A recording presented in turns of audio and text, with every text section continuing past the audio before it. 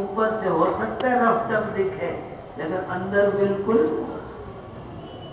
और तुम्हारे यहाँ पुट्ठे काम है कि कलर चेरी कलर है, मजाल है तो घर से बाहर निकली हो, मैकेनिक के पास भी जावे तो टोचिंग करके ले जानी पड़े, इतनी खराब हुई। और यूं देखो, तब एक आज के युग में प्रश्न आता है कि आज की सदी की सबसे बड़ी समस्या कि आदमी की ब्यूटी खत्म हो गई, सौंदर्य खत्म हो गया। क्यों खत्म हो गया? क्योंकि सौंदर्य की परिभाषा ही खत्म हो गई। तुम्हें अब ये भी नहीं पता सौंदर्य कहते किसे, इसलिए तुम सौंदर्य ढूंढ रहे हो ब्यूटी पार्लर में जाकर। तुम सौंदर्य ढूंढ रहे हो 2.5 लाख का लहंगा लेके 2 घंटे बिताने में, दुखी भी हो। और हम पूछे फिर ले क्यों रहे हो? हमारे जुबाने में नाम तो चलना पहन जाएगा ना। ये 2.5 लाख का लहंगा 1 घंटे के लिए अगर तुम्हें जमाना चलवा रहा है, फिर तो जीते जी नरक है, बाद में तो कोई नहीं देंगे स्वर्ग। 2.5 लाख आम आदमी को इकट्ठा करने में 6 साल लग जाए। हमने तो उनको बोला फिर किराए पे क्यों नहीं दे? हाँ ये सगना का कपड़ा ऐसे बोले वो, सगना का कपड़ा। हमने तो क्या हो गया? तो अगर टेंट किराए पे आ सकते हैं, कुर्सियां किराए पे आ सकती है, यानी नाचने वाले सब। हालांकि अब जमाना उल्टा हो गया, पहले घर वाले रसोई संभालते थे, कैटरिंग का काम, और नाचने वाले किराए पे आते थे। अब उल्टा हो गया, खाने पिलाने वाले किराए पे आते हैं और हमारे नाचने वाले सड़कों पे होंगे, जिनको रसोई में रहना चाहिए, गुलाबी रंग की चुन्नी ओढ़ के। कितना परिवर्तन आ गया। जो चुन्नी ओढ़ के घूंघट काट के सबको रोटियां देने थे ना, हम पता कैसे चला? लोग हमारे को ले जाते ना, हमारी आदत पड़ी हुई थी भी रसोई में ना चावल छिड़कने की। शादी है ना, भी भंडारा कम ना हो जाए। हमने कहा चावल रस, बोले मारे जो देखो ऐसी जरूरत नहीं, क्योंकि रोटी तो बाहर आनी है। हमने कहा हमारे तो फिर मंत्र बेकार हो गए। बोले कुछ रीत करनी है ना वो कर लो बस। अजीब सा माहौल। तब हमारे मनोविज्ञान ने प्रश्न किया, तुम अंदर की कुरूपता को ठीक करने के लिए चले हो या बाहर की कुरूपता को ठीक करने के लिए चले?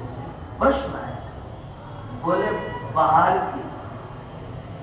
बोले अगर बाहर की कुरूपता ठीक करनी थी तो ब्यूटी पार्लर में बूढ़ों को जाना चाहिए, जवान तो वैसे सुंदर होते हैं।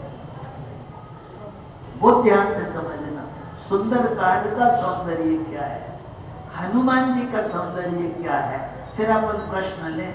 ये हम इसीलिए कह रहे हैं कि आज के युग में कॉस्मेटिक खर्चा सबसे ज्यादा है।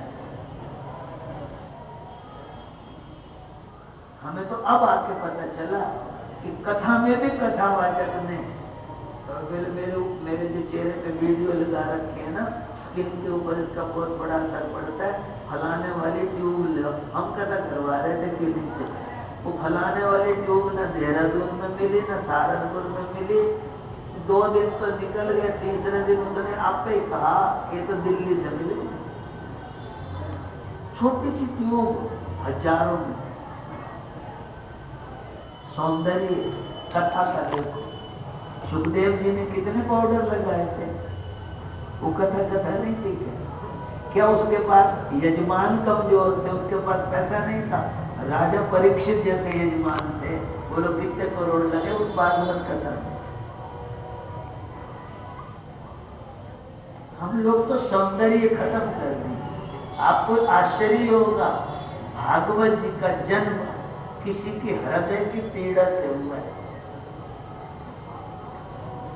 आनंद तट पे अगर सनत कुमारों ने कथा सुनाई है तो नारद जी की पीड़ा बोली थी उस समय। बहुत परेशान थे नारद जी कि मैं हिंदुस्तान घूमा, नदियां देखी, तीर्थ देखे, मेरा तो दिल कौंध गया है कि नदियों, इतनी पवित्र नदियों को इतना पवित्र कर रखा, इतनी पवित्र तीर्थों को इतना पवित्र। इतने रोते रोते आ रहे थे, इस रोने ने उनको पहुंचाया बद्रिकाश्रम में, और सनत कुमारों ने उनको कथा सुनाई। पीड़ा से कथा हुई। गीता जी का जो प्राकट्य है अर्जुन की पीड़ा से हुआ। तुम्हारे यहाँ किसको पीड़ा? तुम तो मजे लेने आते। कथा का सौंदर्य खत्म है, तुम्हें समस्या ही नहीं दिखती। तुम समस्या में लेके आते हो। पंडित जी मेरे मित्र लड़की की जहां मैं बात चलाता हूँ ना होती नहीं, तुम दुखी हो, तो तुम ये सोच रहे हो जल्दी से जल्दी हो जाए, और हम तुम्हें उसका जवाब दे रहे हैं 2019 तक तो हो ही नहीं सकती, मतलब आराम से बैठ के रो। ये कौन सा धर्म है? हम तुम्हारे समाधान करें या तुम्हारे रोने को और खींच के ले जाएं कि अभी तो और रोना बाकी है, तो फिर हमने बीच में क्या किया? आप भागवत जी पढ़ो, कहां से शुरू हुआ भागवत? राजा परीक्षित की पीड़ा है कि मेरे से कितनी बड़ी भूल हो गई, मैंने महापुरुषों को महापुरुष नहीं समझा। रामायण की भी यही पीड़ा है। कपट मुनि को राजा प्रताप भानु सिद्ध मुनि समझ रहे हैं, संत की पहचान नहीं है, रामायण प्रकट होती है, ध्यान से समझना। संत की पहचान नहीं है तो भागवत प्रकट होती है। बहुत गहरे में समझो इस बात, पहचान हम लोग को भी नहीं, कहीं तो चूक कर रहे हैं ना, और कोई समझने को भी राजी नहीं। महाराज जी शुरू पे होता है, ऐसे लोग हमें बोलते हैं, कोई नहीं रोक सकता, कहीं तो भगवान को अवतार लेना चाहिए। हमारे को बड़ा अजीब सा लगता है, तुम धर्म के किस सड़े गले चैप्टर को लेकर बैठ गए कि तुम्हें ठुड्डा लगा तुम आंख नहीं चेक करवाते हैं।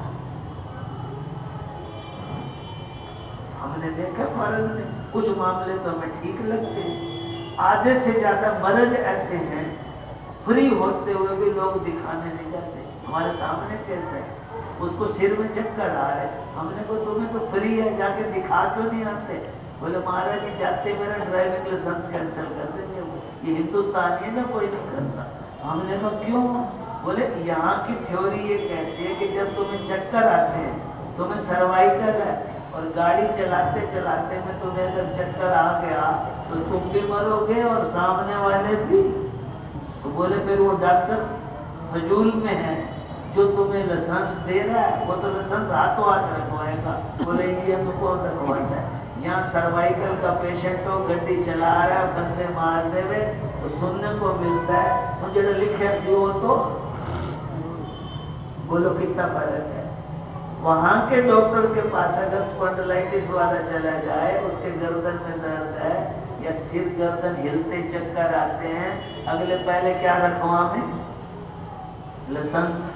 तभी 300 की स्पीड पे गाड़ियां चल रही हैं और एक्सीडेंट की रेशो बहुत कम है। तुम्हारे यहाँ 30 में चल रही, फिर भी एक्सीडेंट हो रहे हैं, क्योंकि तुमने तो सोच रखा है 5-4 बंदे मर जाए तो क्या हुआ, इसमें आई हुई है तुमने। इसको कौन सा सौंदर्य मानोगे? कर्म योग का मानोगे, भक्ति योग का मानोगे, धर्म का मानोगे? कहां? हमारे जैसों का मानना है अगर कर्म तुम्हारे विकृत है, भक्ति में तुम्हारे प्रदर्शन है और ज्ञान सिर्फ बहसबाजी में काम ले रहे हो, तो समझ लो हर दृष्टि से हमने धर्म का सौंदर्य समाप्त कर दिया। तब हम आपको कहेंगे हनुमान जी का चरित्र पढ़ो, जो हनुमान जी खुद भी दिखने में सुंदर नहीं, खाली हनुमान जी क्या, गणेश जी को देख लो। गणेश जी का पहला नाम सुमुख है, जब हम लोग पूजा करवाते हैं सुमुख सैकदंतश्च, जिनका पहला नाम ही है ये सुंदर मुख वाले। बोलो है सुंदर मुख वाले? कितने बड़े बड़े कान, कैसे सूंड, कैसे क्या। लेकिन आश्चर्य, हमने ऐसे गणपति जी को क्या कहा? सुमुख। सुमुख सैकदंतश्च है सुंदर। सौंदर्य की क्या परिभाषा? उनका पहला नाम ही है ये सुमुख, 12 नाम उनको। तो सौंदर्य की क्या परिभाषा? अपने कृष्ण जी को ही देख लो, श्याम सुंदर बोलते हैं, क्या बोलते हैं? बोलो क्या बोलते हैं? श्याम सुंदर, जबकि काले कलूटे हैं।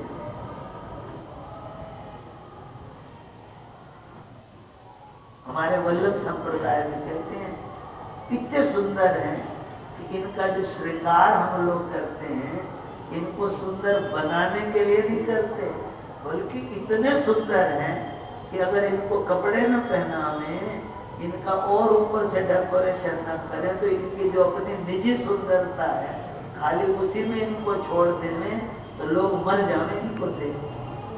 इसलिए जो हम ठाकुर जी का श्रृंगार करते हैं इनको सुंदर बनाने के लिए नहीं, बल्कि इनकी ओरिजिनल सुंदरता को ढकने के लिए कि तुम्हारे बस में नहीं है जो इनकी सुंदरता बर्दाश्त कर जाओ, जबकि काले हैं। बोलो ये सुंदरता क्या? इसका सीधा सा मतलब है श्याम सुंदर की सुंदरता कोई रंग नहीं है, अच्छी तरह समझ लेना।